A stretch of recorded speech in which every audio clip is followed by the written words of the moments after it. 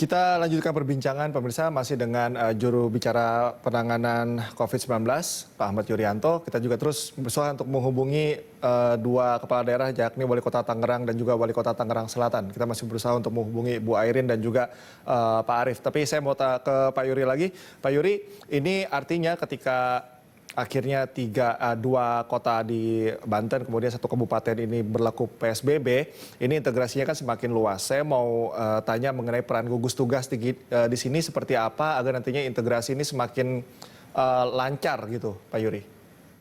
Gugus tugas itu di daerah juga ada ya. Peran gugus tugas nasional yang nanti akan melakukan monitoring, evaluasi dari pelaksanaan PSBB yang sudah kita izinkan diberlakukan di daerah. Tentunya monitoring evaluasi tidak mungkin sehari ya. Kita butuh waktu, oleh karena itu nanti kita akan terus mengikuti perkembangan data yang timbul di daerah-daerah tersebut dalam satu integrasi. Ini penting karena terkait dengan bagaimana si evaluasi kebijakan ini harus kita lakukan. Di mana yang harus kita perkuat, di mana yang sudah kita anggap bagus dan seterusnya.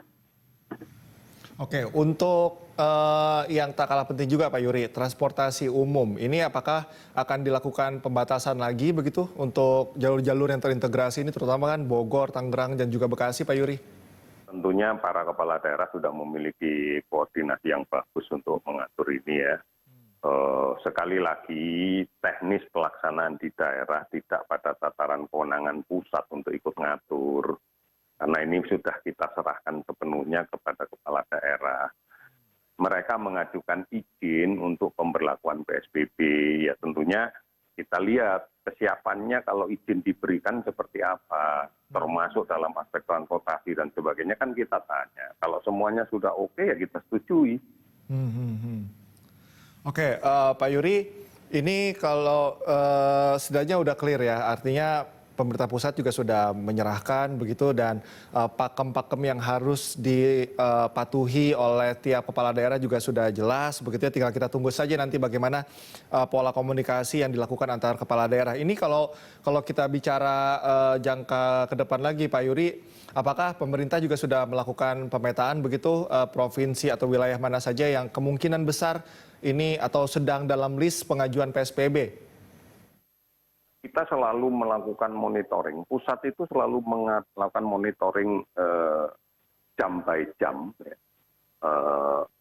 terhadap semua perkembangan epidemiologinya. Jadi kita lihat epidemiologinya dulu. Penambahan kasus di mana, kemudian dari kontak tracing-nya gimana, dan seterusnya. Karena seperti yang kita dapatkan kasus di NTT ternyata dan imported case karena dia baru pulang dari Jakarta. Okay. Kemudian yang di Gorontalo juga ternyata imported case karena dia baru pulang dari Makassar. Nah, kemudian kita lihat apakah kemudian setelah dia sampai di Gorontalo atau yang sampai di Kupang misalnya, ada penularan lokal enggak yang dari kontak dekat dia dan seterusnya. Kita akan ikuti terus. Pada satu daerah di mana nanti kita yakini epidemiologinya, sinyal epidemiologinya kuat, karena kasusnya nambah terus jumlahnya, terus kemudian di wilayah itu juga nyebarnya makin luas, makin banyak kecamatan yang terdampak, makin banyak desa yang terdampak. Kemudian juga terjadi transmisi lokal, maka kita melihat bahwa sinyalnya ini sudah sangat kuat untuk kemudian dilakukan pembatasan secara ketat gitu ya. Nah ini yang kemudian kita detect terus.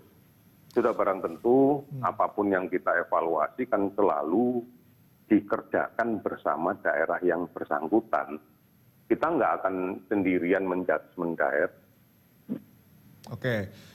Artinya pemetaan juga sudah dilakukan. Kita sekarang bicara mengenai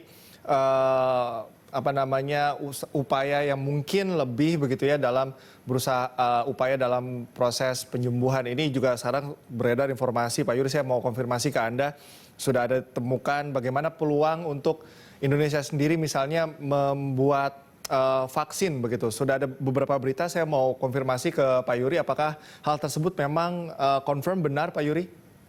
Sejauh yang saya tahu dari para ahli virus di Indonesia, yang mereka sekarang sedang duduk bersama, bekerja sama, berpikir bersama, upaya untuk membuat vaksin dilakukan, upaya membuat obat dilakukan. Namun sampai saat ini belum menunjukkan sampai dengan ini loh vaksinnya, ini loh obatnya, belum sampai ke arah sana. Oke, untuk prosesnya sendiri sebetulnya berapa lama Pak Yuri dan betul-betul kita bisa memiliki vaksin begitu? Ini sebuah penelitian yang panjang ini. Kita tahu virusnya ada juga baru kan. Dunia pun juga melakukan hal yang sama. Kalau terkait dengan vaksin malah langkahnya agak lebih belakang. Yang langkahnya agak lebih depan itu adalah obat.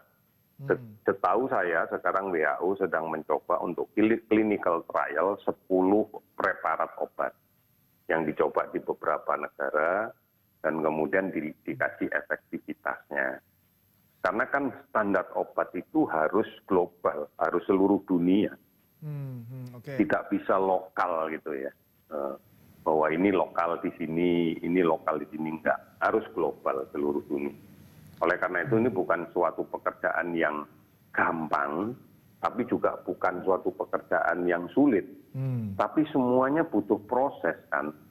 Obat itu tidak hanya berpikir membunuh virusnya, tetapi juga aman untuk orangnya. Ini yang menjadi penting karena prasyarat obat memang ke sana. Bukan hanya virusnya mati. Kalau virus mati, orangnya mati, ya nggak ada gunanya kalau kayak gitu. Iya, saya sepakat kalau memang yang diutamakan adalah keselamatan dari pasien itu sendiri. Pak Yuri, saya mendapatkan informasi ini Unair ya, Universitas Airlangga ini sudah melakukan penelitian mengenai vaksin. Pemerintah sendiri sudah mengetahui hal itu, Pak Yuri? Seperti yang saya katakan tadi, semua sekarang ini para ahli virus di seluruh Indonesia, ada yang di UNER, ada yang di IPB, ada yang di UI, ada yang di lembaga Eijkman, itu sedang bekerja bersama-sama. Jadi nggak ada yang bekerja sendirian terus. Ini bukan balapan nyari obat ini. Jadi tidak ada lomba cari obat cepet-cepetan, itu nggak seperti itu, cari vaksin cepet-cepetan nggak. Semua proses itu pasti harus dasar ilmiah dan pasti dipublikasikan secara ilmiah. Nggak ada yang dirahasiakan karena memang ini dunianya para pakar virus itu. Ya, karena ada argumentasi kalau tadi Anda bilang ini bukan berlomba-lomba untuk membuat vaksin, tapi ada beberapa wacana juga yang mengatakan begini Pak Yuri, kalau Indonesia bisa lebih cepat, kita juga tidak perlu mengimpor vaksin begitu, karena kita sudah bisa buat sendiri. Ya pastilah kalau kita dapat duluan ya pasti kita ekspor bukan impor lah. Halo Pak Yuri? Ya logis saja kalau kita yang nemukan ya nggak mungkin kita impor ya kita ekspor lah karena seluruh dunia butuh. Oke, ini sudah clear. Tadi dari Pak Yuri juga sudah meng-clearkan ya. Artinya jangan sampai ada gagal paham begitu terbuai oleh informasi, akhirnya gagal paham itu sudah bisa dikonfirmasi. Pak Yuri, ini kita kembali lagi ke pemberlakuan PSBB. Apakah sudah ada langkah-langkah antisipasi begitu apabila nantinya PSBB ini tidak semakin lama kurvanya tidak menunjukkan perbaikan yang signifikan. Apakah sudah ada langkah-langkah antisipatif lainnya Pak Yuri? Aturan itu nggak usah ditambah-tambahi, aturan itu dipatuhi gitu. Berarti kalau gagal ya berarti nggak patuh, bukan aturannya yang salah. Bukan aturannya yang salah, rambu lalu lintas itu nggak pernah salah, yang langgar rambu lalu lintas itu yang salah. Masalahnya masih banyak yang bandel juga nih Pak Yuri. Nah iyalah, yang bandel itulah dibikin nggak bandel. Nah caranya gimana Pak Yuri? Kalau misalnya ini masih bandel terus, apakah ada misalnya ya katakanlah itu tadi, bagaimana? Apakah ada tambahan mungkin kalau memang harus dikatakan tambahan aturan atau bagaimana Pak Yuri? Ini kan belum maksimal. Coba kalau nanti diterapkan sanksi hukum yang benar, apa iya masih bandel? Ini kan masih persuasif, diminta untuk dihimbau untuk mematuhi dan sebagainya. Nanti kalau sudah sanksi hukumnya diterapkan benar, apa iya mereka masih mau bandel? Ya, saya kemarin sempat mendengar statement dari rata-rata tiap kepala daerah ya Pak Yuri ini mengatakan pemaksimalan fungsi dari RT RW begitu. Kalau dari pandangan Pak Yuri sendiri, apakah selama ini pemberdayaan dari perangkat desa seperti RT RW ini sudah maksimal Pak? Justru peluang kita ada di sana. Karena jangan melihat orang bergerombol di jalan. Nah kalau bergerombol di kampung gimana? Kan kita tidak melihat bahwa proses transmisi penyakit itu penularannya hanya terjadi di jalan. Enggak. Oleh karena itu kita ingin menunjukkan ke masyarakat, ini loh sekarang kita sedang diuji. Gotong royong kita itu diuji. Kemudian tenggang rasa kita diuji. Inilah yang kemudian kita menginginkan bahwa mari saling melindungi gitu. Mari saling melindungi sesama. Kalau kemudian memunculkan masalah, kalau saya nggak keluar kan saya nggak dapat makan, kan sudah ada jejaring sosial yang disiapkan pemerintah. Oke. Asal itu dijalankan semuanya kan sebenarnya tidak terlalu banyak lagi alasannya itu apa. Gitu. Oke, Pak Yuri, ini mungkin terakhir. Mungkin Pak Yuri bosan mendengar pertanyaan ini, tapi saya juga nggak akan bosan-bosan nanya ke Pak Yuri. Ini tren orang tanpa gejala ini juga semakin meningkat, Pak Yuri. Ini apa yang harus dilakukan sebetulnya dan antisipasinya seperti apa, Pak Yuri? Jangan keluar rumah. Di rumah saja kita juga nggak tahu siapa yang tidak bergejala kan. Jangan keluar rumah kecuali kalau perlu, kalau terpaksa pakai masker. Kemudian biasakan cuci tangan. Itu saja jawabannya. Kita nggak pernah tahu kok siapa yang bergejala, yang tanpa gejala, nggak pernah tahu. Oleh karena itu kalau kemudian dari awal kita sudah mengatakan tinggal di rumah, itu sebenarnya hakikatnya itu. Kita lihat banyak sekali keberhasilan negara-negara yang lain di dalam kaitan pengendalian ini karena tidak berada di luar, mereka berada di rumah, tetap berada di rumah, aktivitas dari rumah.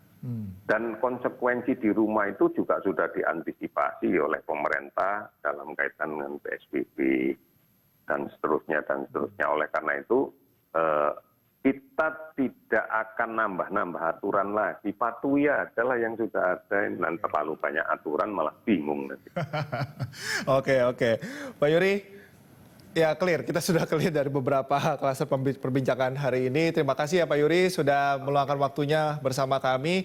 Pak Yuri tetap jaga kesehatan, pekerjaan masih cukup panjang. Pak Yuri tetap semangat. Stamina sosial yang panjang ini. Ya, terima kasih.